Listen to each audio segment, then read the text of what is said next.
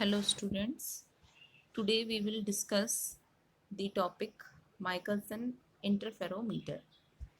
तो आज हम माइकलसन इंटरफेरोमीटर के बारे में पढ़ेंगे। ये ऑप्टिक्स में जो आपकी थर्ड यूनिट है इंटरफेरेंस, इसमें एक तरीके से आप ये समझ सकते हैं कि लास्ट टॉपिक है माइकलसन इंटरफेरोमीटर।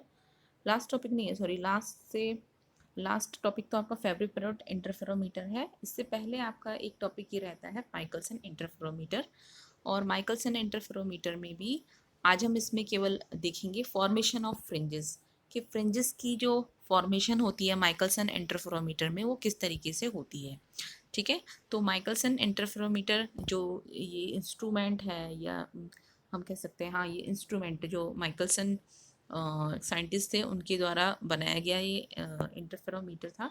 तो उसके बारे में हम थोड़ा सा आज पढ़ेंगे और इससे फ्रिंजेस कैसे फॉर्म होती है ये देखेंगे। Okay, so Michelson interferometer is one of the amplitude splitting interferometers, यानी कि हमने एम्पलीट्यूड डिवीजन और वेव फ्रंट डिवीजन जो मेथड है वो पढ़ा था। तो एम्पलीट्यूड डिवीजन मेथड पे बेस्ड है ये आपका इंटरफेरोमीटर। ठीक है, यानी कि एम्पलीट्यूड को डिवाइड करेगा।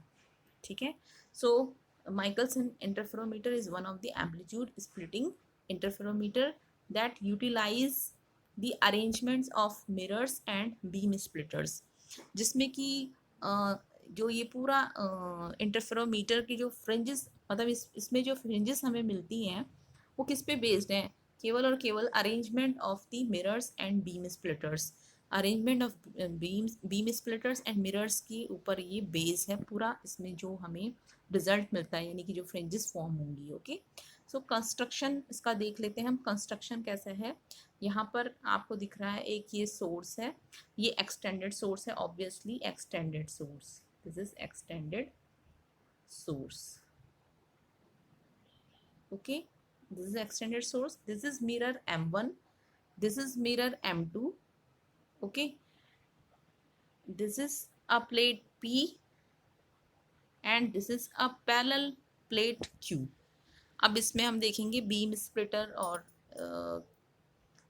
किसका क्या काम है। अब हम यहाँ देखते हैं, ये जो अब मैंने प्रत्येक ये जो एलिमेंट्स है इस इंटरफेरोमीटर के, ये जो इंटरफेरोमीटर आपको दिख रहा है माइकलसन इंटरफेरोमीटर, इसको हम कहते हैं।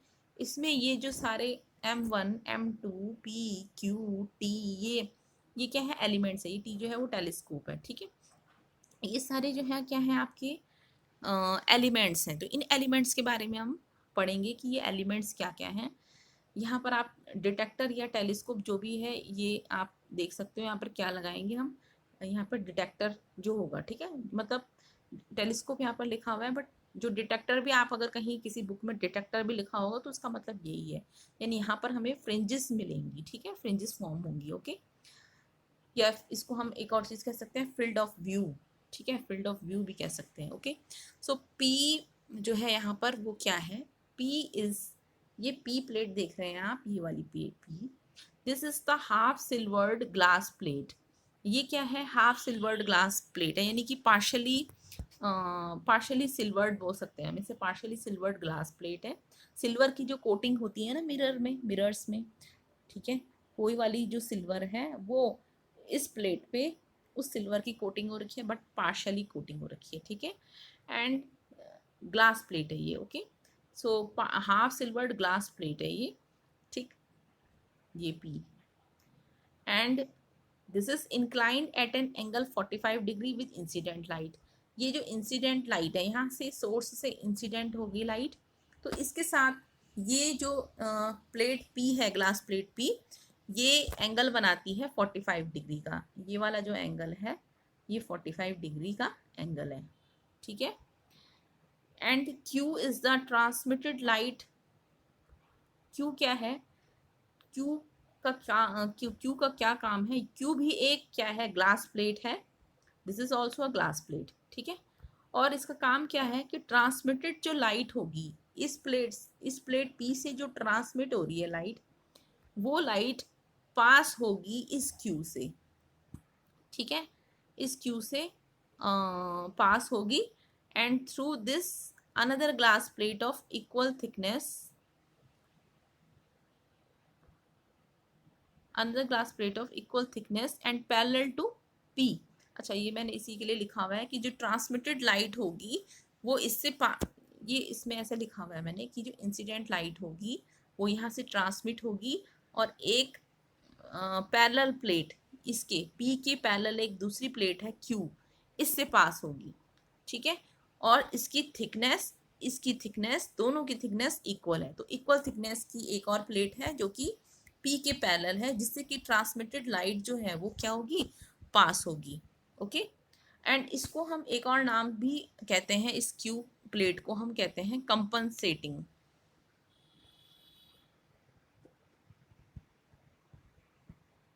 Compensating plate.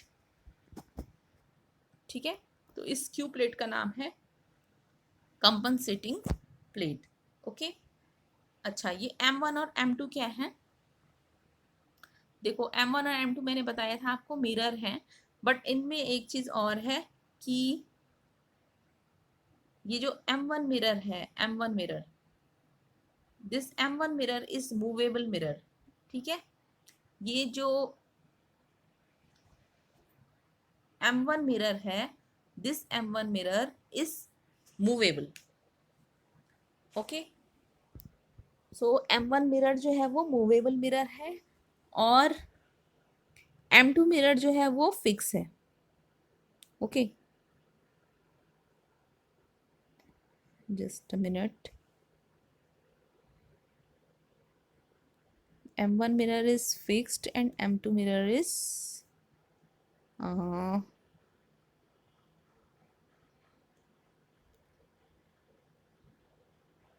yes, M1 is movable and M2 is fixed। Okay, जैसे कि आप इसमें देख सकते हैं फिगर में कि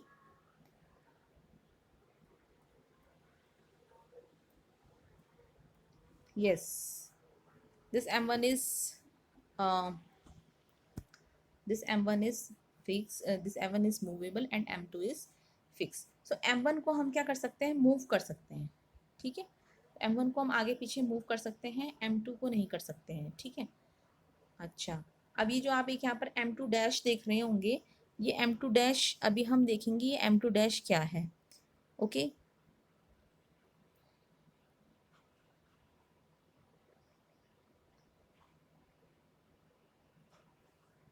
ओके, ठीक है। अच्छा, एक चीज और आपको दिख रही होगी इसमें, M1 and M2, these M1 and M2, these M1 and M2 are perpendicular to each other। क्या आपको दिख रहा है, ये M1 और M2, इन दोनों की जो डायरेक्शन है, यानी कि इन दोनों के बीच में अगर एंगल देखें तो 90 डिग्री, यानी कि दोनों एक दूसरे के क्या है, परपेंडिकुलर है। ठीक है, एक दूसरे के लंबवत हैं। ओके, ठीक है, ये भी ठीक है।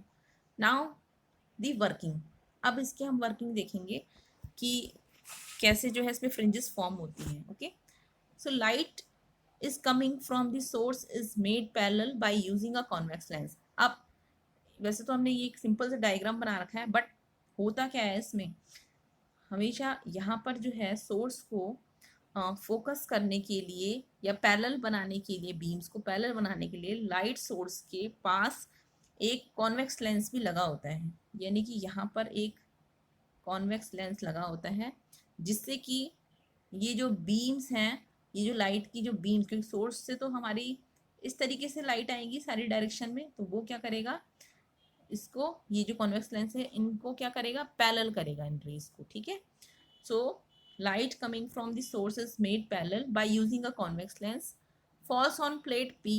ओके, P प्लेट पे क्या होती है, ये लाइट रे जो है वो इंसिडेंट होती है। ठीक है, and it is partially, plate P is partially polished. Plate P जो है पार्शली पॉलिश्ड है, हमने बताया था अभी, सिल्वर कोटेड है ये, silver, half silvered glass plate हम इसको कह रहे हैं, हाफ सिल्वर्ड ग्लास प्लेट। ठीक है, या हम पार्शली पॉलिश्ड भी कह सकते हैं। सो पार्शली पॉलिश्ड है ये, ठीक है, प्लेट पी। एंड इसमें से क्या होगा, some part of light is reflected from P towards the mirror M1। तो कुछ पार्ट तो क्या होगा, मिरर M1 की तरफ क्या होगा, रिफ्लेक्ट हो जाएगा, और कुछ पार्ट जो लाइट का होगा वो क्या हो जाएगा, ट्रांसमिट हो जाएगा from plate P and passing through the compensating plate Q and then incident on the mirror M2।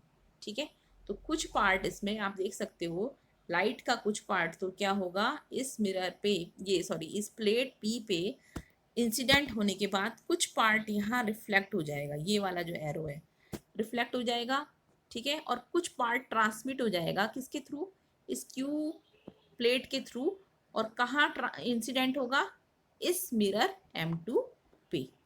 ठीक है, तो इसके बाद क्या होगा, जो कंपनसेटिंग प्लेट है ये Q, ठीक है। नाउ बाय यूजिंग ये कंपनसेटिंग जो प्लेट है Q, कंपनसेटिंग प्लेट जो Q है, इसका क्या काम है। So by using this compensating plate the reflected and transmitted light travel equal optical path lengths. ठीक है, यानी कि जो रिफ्लेक्टेड और ट्रांसमिटेड लाइट जो होगी वो इक्वल ऑप्टिकल पाथ लेंथ को लेंथ की पाथ जो है ट्रेवल करेगी। ठीक है, सो ऑप्टिकल पाथ यानी कि पाथ डिफरेंस नहीं होगा इनके बीच में, पाथ डिफरेंस जो होगा वो क्या होगा, पाथ डिफरेंस नहीं होगा। ठीक है, सो ये जो है रिफ्लेक्टेड लाइट और ये ट्रांसमिटेड लाइट, इनके बीच में जो है वो इक्वल ऑप्टिकल पाथ लेंथ के होंगे ये दोनों। ठीक है, इक्वल ऑप्टिकल पाथ लेंथ के होंगे, किसकी वजह से, ये कंपनसेटिंग जो प्लेट लगाई है Q। Okay, and the reflected light is incident on mirror M1 and reflected back towards the telescope T। अब क्या होगा, ये जो लाइट रिफ्लेक्ट हुई थी कहाँ से, ये यहाँ से यहाँ, ये रिफ्लेक्ट हुई थी मिरर M1 पे, इंसिडेंट होगी, टकराएगी और वापस, क्योंकि ये फ्लैट मिरर है तो इससे वापस टकराएगी इसी इसी डायरेक्शन के अलोंग, ये इसी इसी इसी के पैरेलल। ठीक है, इसी के पैरेलल बट अपोजिट डायरेक्शन में। ओके, तो ये रिफ्लेक्ट बैक हो जाएगी, और इसके बाद क्या होगा, the transmitted light incident normally on mirror M1 and reflect back towards the telescope T। ठीक है, तो ये रिफ्लेक्टेड जो लाइट होगी ये इंसिडेंट हुई M1 पे और रिफ्लेक्ट बैक होगी टूवर्ड्स द टेलीस्कोप T की तरफ ये रिफ्लेक्ट हो जाएगी। ठीक है, and similarly the transmitted light incident normally on mirror M2 and reflect back towards P and at P some part of this light again reflected towards the telescope. और फिर ये भी यहाँ पर भी ऐसा ही होगा कि देखो यहाँ पर से जो है ये रिफ्लेक्टेड लाइट जो गई थी, ये जो इंसिडेंट लाइट यहाँ से आ रही है सोर्स से, तो यहाँ से कुछ तो पार्ट रिफ्लेक्ट हो गया था, यहाँ कुछ पार्ट जो है वो ट्रांसमिट हो गया था यहाँ। ठीक है, तो ये जो रिफ्लेक्टेड पार्ट है ये तो वापस टकरा करके आ गया किधर, टेलीस्कोप की तरफ। ठीक है, और दूसरा जो है, दूसरा ये जो ट्रांसमिटेड लाइट है ये भी M2 से टकराएगी और फिर से क्या होगी, रिफ्लेक्ट बैक हो जाएगी, और इस P पे फिर से क्या होगी, कुछ पार्ट इसका रिफ्लेक्ट हो जाएगा और ये T की तरफ। यानी कि अब हमें क्या मिली, दो लाइंस मिल रही हैं, दो जो है हमें बीम्स, लाइट बीम मिल रही हैं। ओके, T की तरफ, टेलीस्कोप की तरफ। Okay, so now in the direction of telescope we have two coherent beams of light reflected from mirror M1 and M2। so M1 और M2 से, एक तो M1 से आई एक रिफ्लेक्टेड बीम और दूसरी जो है रिफ्लेक्टेड बीम कहाँ से आई, M2 से थ्रू प्लेट P। तो ये दोनों बीम्स जो हैं वो क्या होगी, इंटरफेयर करेंगे आपस में और हमें क्या मिलेगा, इंटरफेरेंस पैटर्न मिलेगा। ठीक है, तो कौन कौन सी रेस के कारण जो है इंटरफेरेंस पैटर्न मिल रहा है, एक तो ये रिफ्लेक्टेड बैक जो हुई और दूसरी ये रिफ्लेक्ट बैक हुई यहाँ से, और इसके थ्रू, इस प्लेट P के थ्रू भी क्या हुई है, फिर से रिफ्लेक्ट हुई।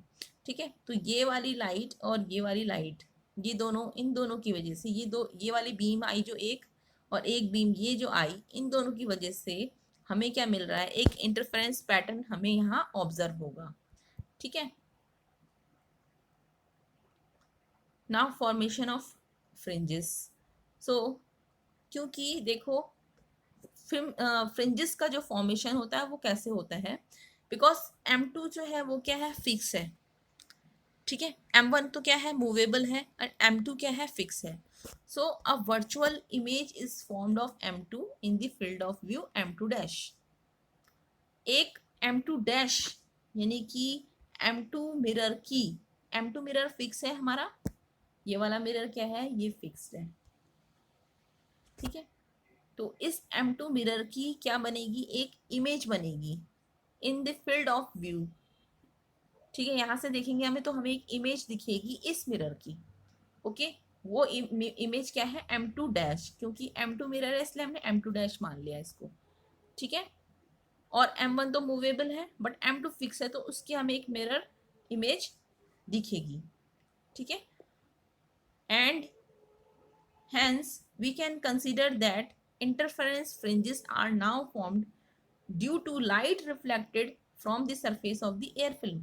इसलिए अब जो ये M2 एक मिरर इमेज मिल गई हमें, ये वाली, ये जो M2 जो एक मिरर इमेज मिल गई, इस मिरर की एक इमेज मिल गई है हमें, सॉरी मिरर इमेज नहीं, इस मिरर की इमेज है वो, कि मिरर इमेज तो नहीं है बट इस मिरर की इमेज है M2 डैश, और एक ये M1 मिरर पहले से है यहाँ पर। तो क्या ये एक थिन फिल्म की फॉर्मेशन नहीं कर रहे हैं, ये अब एक किसकी तरह काम कर रहे हैं, एक थिन फिल्म की तरह काम करेंगे, जिसकी की थिकनेस जो है वो कितनी है, T है, ठीक है। तो M1 और image of M2 dash, M2 sorry, M1 mirror and image of M2 mirror that is M2 dash, ये दोनों जो है एक थिन फिल्म की फॉर्मेशन कर रहे हैं। उस थिन फिल्म की जो मोटाई है या थिकनेस जो है वो क्या है, T है, okay. So if let T be the thickness of the air film and since OA is equal to OB, अच्छा ये OA and OB, ये O है आपका, यहाँ ये वाला पॉइंट जो है वो O है, this point is A and this point is B, okay।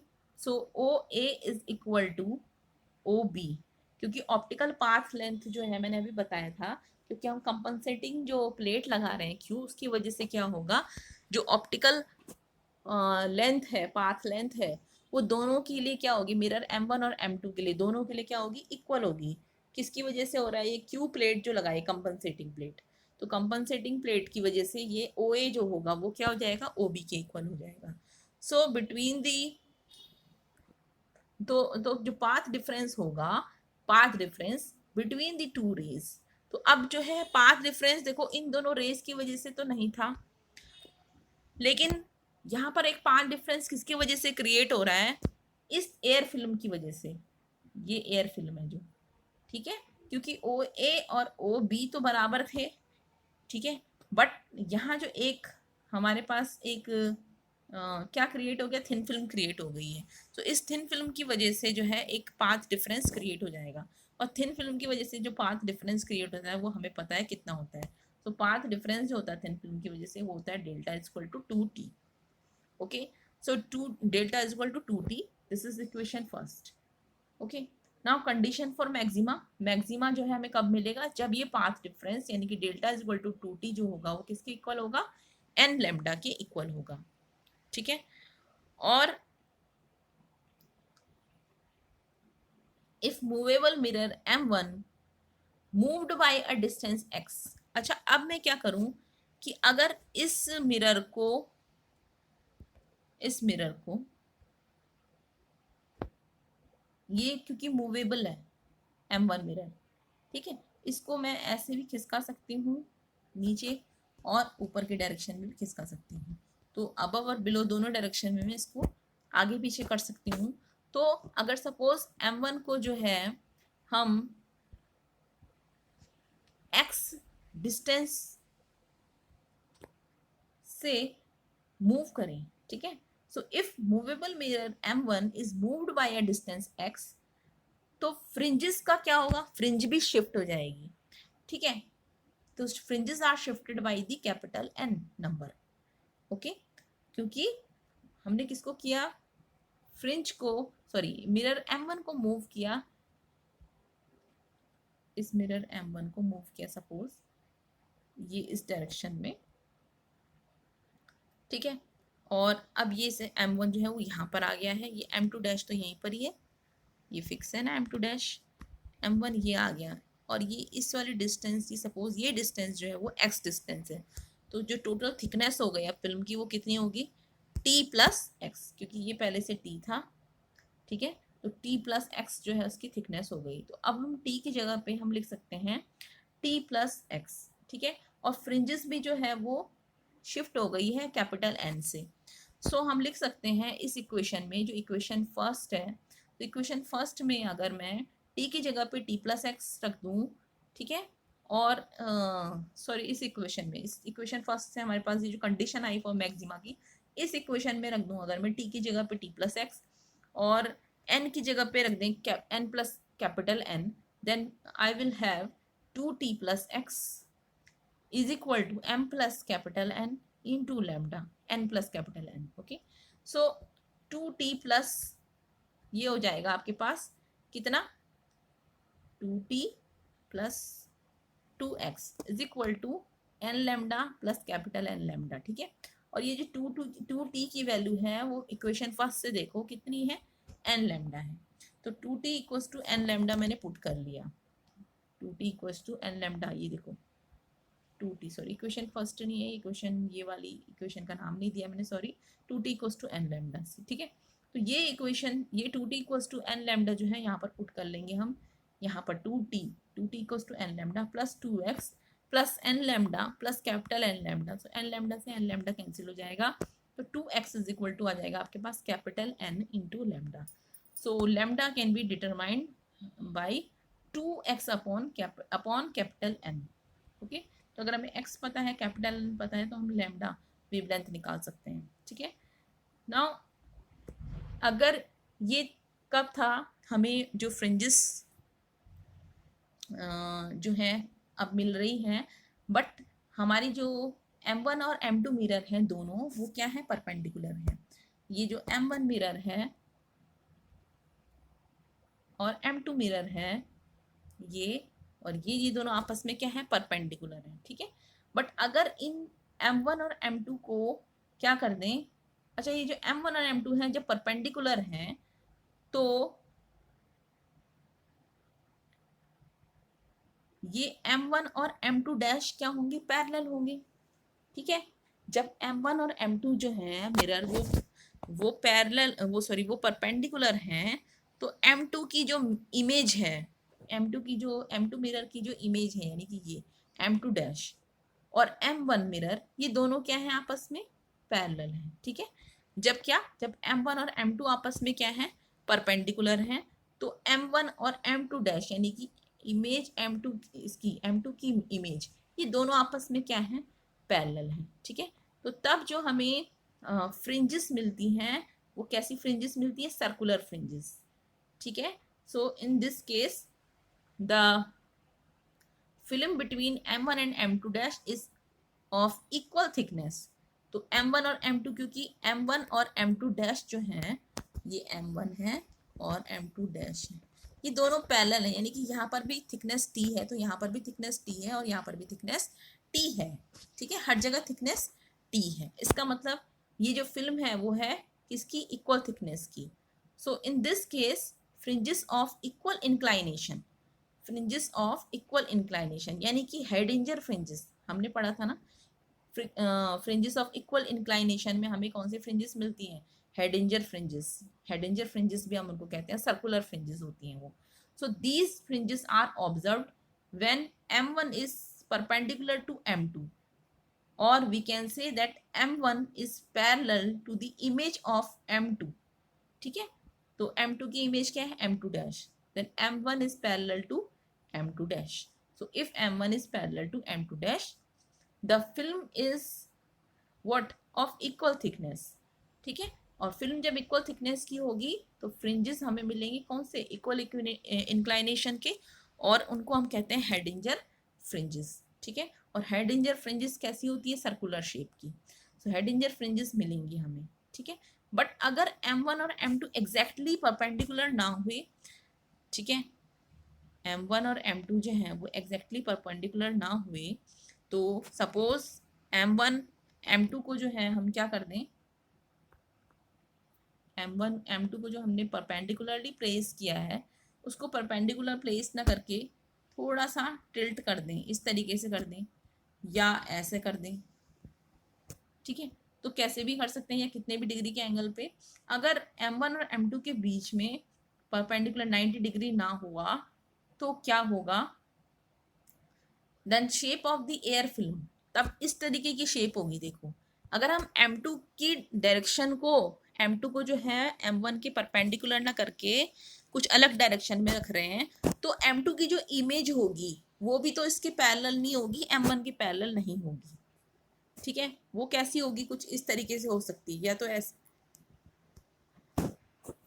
या M2 जो है इमेज वो ऐसी हो सकती है M1 को क्रॉस करते हुए ऐसी, या M2 इमेज ऐसी भी हो सकती है, M1 यहाँ पर है, ठीक है। तो ये सारी जो इमेजेस, ये सारी जो शेप्स हैं वो कैसी शेप्स हैं, वेज शेप फिल्म, ठीक है। तो वेज शेप फिल्म होगी तो अगर एयर फिल्म जो है, जो एयर फिल्म अब बन रही है वो अब इक्वल थिकनेस की नहीं है, इक्वल थिकनेस की नहीं है। देखो अब इसमें हम देख सकते हैं कि अलग अलग पॉइंट पे जो थिकनेस है वो भी क्या है, अलग अलग है, यानी कि थिकनेस वेरी कर रही है, ठीक है। So the fringes are now straight line parallel to the edge of the wedge. Wedge जो वेज शेप है जो उसके पैरेलल जो है हमें कैसी फ्रिंजेस मिलेंगी, स्ट्रेट लाइन की फ्रिंजेस मिलेंगी। एंड दस the shapes of fringes depends on the inclination. यहाँ पर जो शेप है फ्रिंजेस की वो किस पर डिपेंड कर रही है, इंक्लाइनेशन पर डिपेंड कर रही है, ठीक है। तो अगर सपोज ऐसी टाइप की फ्रिंज, ऐसी टाइप की, ये फर्स्ट जो केस है ऐसा जिसमें M1 और M2 डैश इस तरीके से, तो हमें ऐसी फ्रिंजेस मिलेंगी, ठीक। और अगर हमें जो है M1 डैश और M2 डैश इस तरीके से है, M1 और M2 डैश यानी कि M2 का इमेज जो है वो इस तरीके से है, यानी कि वेज शेप ही हो रही है, तो हमें ऐसी फ्रिंजेस मिलेंगी, ठीक है। इसी तरीके से अगर M1 जो है वो M2 डैश के साथ इस तरीके से एंगल बना रहा है तो हमें ऐसी फ्रिंजेस मिलेंगी, ठीक है। So in this way the fringes pattern can be straight, elliptical, parabolic और हाइपरबोलिक। तो इस तरीके की फ्रिंजेस जो है हमें मिलेंगी, ठीक है। तो जो सर्कुलर फ्रिंजेस थी हमें मिल रही, वो सर्कुलर फ्रिंजेस तो कब मिल रही थी, जब M1 और M2 आपस में क्या थे, परपेंडिकुलर थे, ठीक है। तो M1 और M2 जब आपस में परपेंडिकुलर थे तो तब हमें फ्रिंजेस जो हैं वो हेडिंजर फ्रिंजेस मिलती हैं। बट अगर M1 और M2 के बीच में थोड़ा भी एंगल जो है वो डिफरेंट हो गया अगर इनसे, यानी कि इसका इंक्लिनेशन जो है अगर हम चेंज कर दें M2 का, तो हमारी जो इमेज है इसका भी इंक्लिनेशन चेंज हो जाएगा, ठीक है। तो इसका जब इंक्लिनेशन चेंज हो जाएगा, ये ऐसे पैरेलल ना रह करके आप कुछ ऐसी वेज शेप फिल्म हो जाएगी, ठीक है। ओके। तो जो आपके पास जब अगर हम क्या करें, ऐसे ये जो है यहाँ पर मैं अगर ऐसे डिटेक्टर से देखूं, डिटेक्टर की तरफ से देखूं तो किस तरीके से फ्रिंजेस जो है वो फॉर्म होती है, सर्कुलर फ्रिंजेस। देखो ये M1 और M2 मिरर जो हैं वो कुछ इस तरीके से लगे हुए हैं,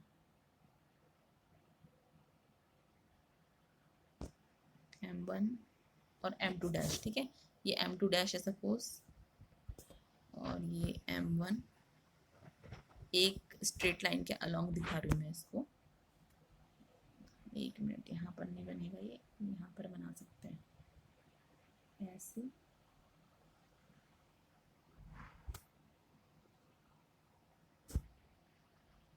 और ये ऐसे, ठीक है। और यहाँ पर जो है आपका डिटेक्टर है, ठीक है। तो जो सोर्स से जो लाइट्स आएंगी वो सपोज एक पॉइंट मान लिया हमने सोर्स से, और वो जो लाइट है वो इस तरीके से यहाँ आएगी, ठीक है। और यहाँ ऐसे हम इसको बढ़ा सकते हैं आगे, ठीक है। ऐसे ही कोई दूसरे पॉइंट से जो है वो ये जो है यहाँ से हम मान सकते हैं कि यहाँ से आ रही है लाइट, तो इसके लिए एक वर्चुअल सोर्स का काम करेगा यहाँ S1, और ये इसको हम पीछे बढ़ाएंगे तो यहाँ हमें एक इमेज मिलेगी, ठीक है। इस तरीके से कोई दूसरे पॉइंट से जो है अगर लाइट रे यहाँ इंसिडेंट होगी तो वो उसकी जो वर्चुअल इमेज है वो यहाँ बनेगी ऐसे, ठीक है। इस तरीके से ऐसे ही करके हमें जो है ये जो रिंग पैटर्न या हम बोल सकते हैं जो हेडिंजर फ्रिंजेस टाइप का पैटर्न मिल रहा है वो कैसे मिल रहा है, ऐसे हमें कई, क्योंकि एक ये जो हमने केवल एक सोर्स का एक पॉइंट लिया बट हमारा सोर्स एक्सटेंडेड है, तो हमें इस तरीके से ये ऐसे ऐसे ऐसे मतलब कि जो सोर्स होगा ये इस तरीके से मिलेगा, एक पॉइंट पे फोकस होंगी सारी लाइंस, ठीक है। जो इमेज फॉर्म होगी वो ऐसे होगी, एक पॉइंट पे जो है फोकस होंगी, और यहाँ पर हमें जो है कई ऐसी फ्रिंजेस मिलेंगी। तो इस फ्रिंज के सपोज ये जो हेडिंजर फ्रिंज है ये यहाँ पर ये जितनी भी लाइन है ये ऐसे हमें मिलेंगी, ये इस तरीके से इस वाली फ्रिंजेस पे, ठीक है। इस तरीके से यहाँ बीच वाली फ्रिंज ये है, इस पे भी हमें ऐसे मिलेंगे अगर ये ऐसे, ठीक है। तो इस तरीके से इमेज फॉर्म होती है। और इसमें जो है आज हमने केवल ये पढ़ा कि फॉर्मेशन ऑफ फ्रिंजेस किस तरीके से होती है, और इसमें determination of wavelength and determination of refractive index और इसका माइकलसन इंटरफेरोमीटर का क्या यूज़ है ये हम नेक्स्ट लेक्चर में पढ़ेंगे, ठीक है। तो माइकलसन इंटरफेरोमीटर का बहुत बड़ा रोल है। एक माइकलसन मोर्ले एक्सपेरिमेंट, जो माइकलसन और मोर्ले दो अमेरिकन फिजिसिस्ट थे, उन्होंने एक एक्सपेरिमेंट किया था, माइकलसन मोर्ले एक्सपेरिमेंट किया था दोनों ने मिलके, उसमें ये माइकलसन इंटरफेरोमीटर का बहुत यूज़ है। और उन्होंने जो है वो ईथर की जो एग्जिस्टेंस है उसको अपोज उन्होंने जो एक्सपेरिमेंट किया उसकी थ्योरी, उसका रिजल्ट ने जो है ईथर कॉन्सेप्ट को जो है फेल कर दिया था, ठीक है। सो इसके बारे में हम कल पढ़ेंगे, determination of wavelength and refractive index और इस इंटरफेरोमीटर का यूज़ क्या है, ठीक है। ओके।